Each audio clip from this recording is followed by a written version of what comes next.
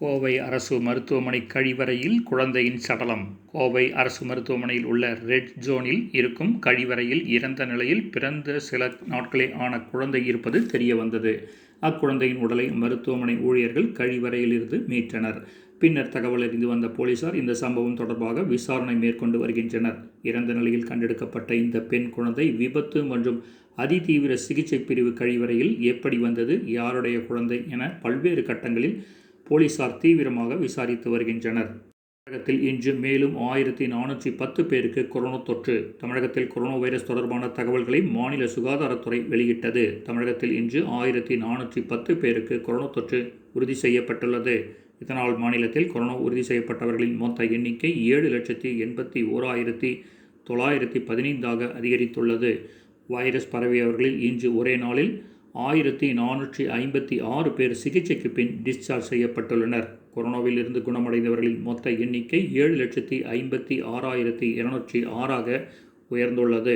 Virus தாக்குதலுக்கு இன்று ஒரே நாளில் 9 பேர் உயிரிழந்துள்ளனர்.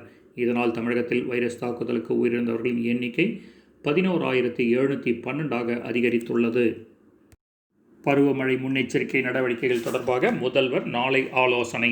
வங்கக்கடலில் நிலை கொண்டுள்ள காற்றழுத்த தாழ்வு பகுதியானது இன்று காலை தாழ்வு மண்டலமாக தெற்கு வங்கக்கடலின் மத்திய பகுதிகள், காரைக்காலுக்கு கிழக்கு தென்கிழக்கே ஏறக்குறைய 975 கிலோமீட்டர் தூரத்தில் நிலை கொண்டுள்ளது. கன்னியாகுமரியில் இருந்து 1040 கிலோமீட்டர் கிழக்கு திசையில் தற்போது நிலை கொண்டுள்ள காற்றழுத்த தாழ்வு மண்டலம் அடுத்த 12 மணி நேரத்தில் ஆழ்ந்த காற்றழுத்த தாழ்வு மண்டலமாக வலுப்பெறும் என்றும் தொடர்ந்து வரும் 24 மணி நேரத்தில் புயலாக வலுப்பெறும் என்றும் வானிலை ஆய்வு மையம் தெரிவித்துள்ளது. இந்த புயல் டிசம்பர் 2ஆம் தேதி இலங்கையை கடந்து குமரிக்கடல் பகுதிக்கு நகர உள்ளது.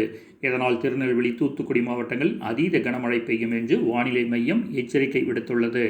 பருவமழை முன்னெச்சரிக்கை நடவடிக்கைகள் தொடர்பாக முதலமைச்சர் பழனிசாமி நாளை ஆலோசனை நடத்த உள்ளார். தலைமைச் செயலகத்தில் நாளை நடைபெறும் கூட்டத்தில் அமைச்சர்கள், அதிகாரிகள் பங்கேற்க உள்ளனர். மேலும் தென் மாவட்ட ஆட்சியர்களுடனும் முதலமைச்சர் பழனிசாமி நாளை ஆலோசனை நடத்துகிறார். விவசாயிகள் நூதன போராட்டம். மத்திய அரசின் வேளாண் சட்டங்களை திரும்பப் பெற வலியுறுத்தி திருச்சியில் விவசாயிகள் ராக்கெட் விட்டு நூதன போராட்டத்தில் ஈடுபட்டனர். கடந்த சில நாட்களுக்கு முன்பு வேளாண் சட்டங்களை கண்டித்து டெல்லியில் நடைபெறும் போராட்டத்தில் பங்கேற்ற தென்னிந்திய நதிகள் இணைப்புச் சங்க தலைவர் ஐயா கண்ணு உள்ளிட்டோரை போலீசார் தடுத்து நிறுத்தினர். இந்த நிலையில் இன்று திருச்சி மாவட்ட ஆட்சியர் அலுவலகம் முன்பு ஐயா கண்ணு தலைமையில் 200க்கும் மேற்பட்ட விவசாயிகள் ஆர்ப்பாட்டத்தில் ஈடுபட்டனர். அப்போது வேளாண் சட்டங்களை திரும்பப் பெற வலியுறுத்தி பிரதமர் மோடிக்கு கோரிக்கைகள் அடங்கிய நோட்டீஸை ராக்கெட்டாக செய்து காற்றில் பறக்கவிட்டு நூதன போராட்டத்தில் ஈடுபட்டனர். போராட்டம் காரணமாக ஆட்சியர் அலுவலக வளாகத்தில் சிறிது நேரம் பரபரப்பு ஏற்பட்டது. சென்னையில் அனுமதியின்றி கூட்டங்கள், ஆர்ப்பாட்டங்கள் நடத்த தடை நீட்டிப்பு. கொரோனா பாதிப்பு பன்மடங்கு அதிகரித்து கொண்டே வந்ததால் நோய் கட்டுப்பாட்டு நடவடிக்கையாக மார்ச் 24ஆம் தேதி முதல் நாடு முழுவதும் ஊரடங்கு உத்தரவு பிறப்பிக்கப்பட்டுள்ளது. இதனால் மக்கள் அதிகமாக கூடும் அனைத்து மத வழிபாட்டு தலங்கள், வணிக வளாகங்கள், திரையரங்குகள் உள்ளிட்டவை மூடப்பட்டுள்ளன. அத்தியாவசிய தேவைகள் தவிர வேறு எதற்கும் மக்கள் வெளியே செல்ல வேண்டாம் என்று அரசு தொடர்ந்து அறிவுறுத்தி வருகிறது. இந்நிலையில் சென்னையில் அனுமதியின்றி கூட்டங்கள், ஆர்ப்பாட்டங்கள், போராட்டங்கள் நடத்துவதற்கான தடையை மேலும் 15 நாட்களுக்கு நீட்டித்து சென்னை பெருநகர காவல் ஆணையர் மகேஷ்குமார் அகர்வால் உத்தரவு பிறப்பித்துள்ளார்.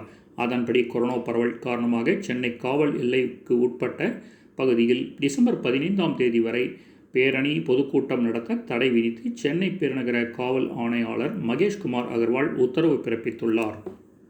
நாளை உருவாகிறது புரவி புயல். வங்கக்கடலில் உருவான நிவர் புயல் கடந்த வாரம் கரையை கடந்த நிலையில் தற்போது வங்கக்கடலின் தென் திசையில் காற்றழுத்த தாழ்வு பகுதி உருவாகியுள்ளதாக வானிலை ஆய்வு மையம் தெரிவித்திருந்தது. தற்போது இந்த காற்றழுத்த தாழ்வு பகுதி உருமாறி காற்றழுத்த தாழ்வு மண்டலமாக மாறியுள்ளதாக தெரிவித்துள்ள வானிலை ஆய்வு மையம் அடுத்த 24 மணி நேரத்தில் இது தீவிர காற்றழுத்த மண்டலமாக வலுவடைய உள்ளதாக தெரிவித்துள்ளது. அதைத் தொடர்ந்து டிசம்பர் 2ஆம் தேதி முதல் தமிழகத்தின் பல பகுதிகளில் அதிக கனமழை பெய்யும் எனவும் வானிலை ஆய்வு மையம் தெரிவித்துள்ளது. இந்நிலையில் தற்போதைய தகவலின்படி வங்கக்கடலில் நாளை புயல் உருவாகிறது என்று வானிலை ஆய்வு மைய இயக்குனர் தெரிவித்துள்ளார். மேலும் வங்கக்கடலில் உருவாகும் புயல் காரணமாக 1ஆம் தேதி டெல்டா மாவட்டங்களில் கனமழை பெய்யும். டிசம்பர் 2ஆம் தேதி தென்காசி, கன்னியாகுமரி உள்ளிட்ட மாவட்டங்களில் அதி கனமழை பெய்யும் எனவும் தெரிவிக்கப்பட்டுள்ளது. கேரளாவில் இன்று 3382 பேருக்கு கொரோனா தொற்று. கேரளாவில் கொரோனா வைரஸ் தொடர்பான இன்றைய விவரத்தை அம்மாநில சுகாதாரத்துறை வெளியிட்டுள்ளது. கேரளாவில் இன்று ஒரே நாளில் 3382 பேருக்கு புதிதாக கொரோனா தொற்று உறுதி செய்யப்பட்டுள்ளது. இதனால் கேரளாவில் கொரோனா உறுதி செய்யப்பட்டவர்களின் மொத்த எண்ணிக்கை 6,02,982 அதிகரித்துள்ளது. வைரஸ் பாதிக்கப்பட்டவர்களில் 61,894 பேர் சிகிச்சை பெற்று வருகின்றனர். கொரோனா தொற்று பாதிப்பில் இருந்து இன்று ஒரே நாளில் 6,055 பேர் சிகிச்சைக்கு பின் குணமடைந்து டிஸ்சார்ஜ் செய்யப்பட்டுள்ளனர். வைரஸ் தாக்குதலுக்கு இன்று 21 பேர் உயிரிழந்துள்ளனர். இதனால் கேரளாவில் கொரோனா தாக்குதலுக்கு உயிரிழந்தவர்களின் மொத்த எண்ணிக்கை 2,244 அதிகரித்துள்ளது.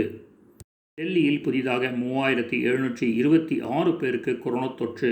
டெல்லி சுகாதாரத்துறை அமைச்சகம் இன்று வெளியிட்ட கொரோனா பாதிப்பு பற்றிய விவரத்தில், டெல்லியில் கடந்த 24 மணி நேரத்தில் 3,726 பேருக்கு கொரோனா தொற்று உறுதி செய்யப்பட்டுள்ளது. தொற்று பாதிப்பில் இருந்து 5,824 பேர் குணமடைந்த நிலையில் 108 பேர் உயிரிழந்துள்ளனர்.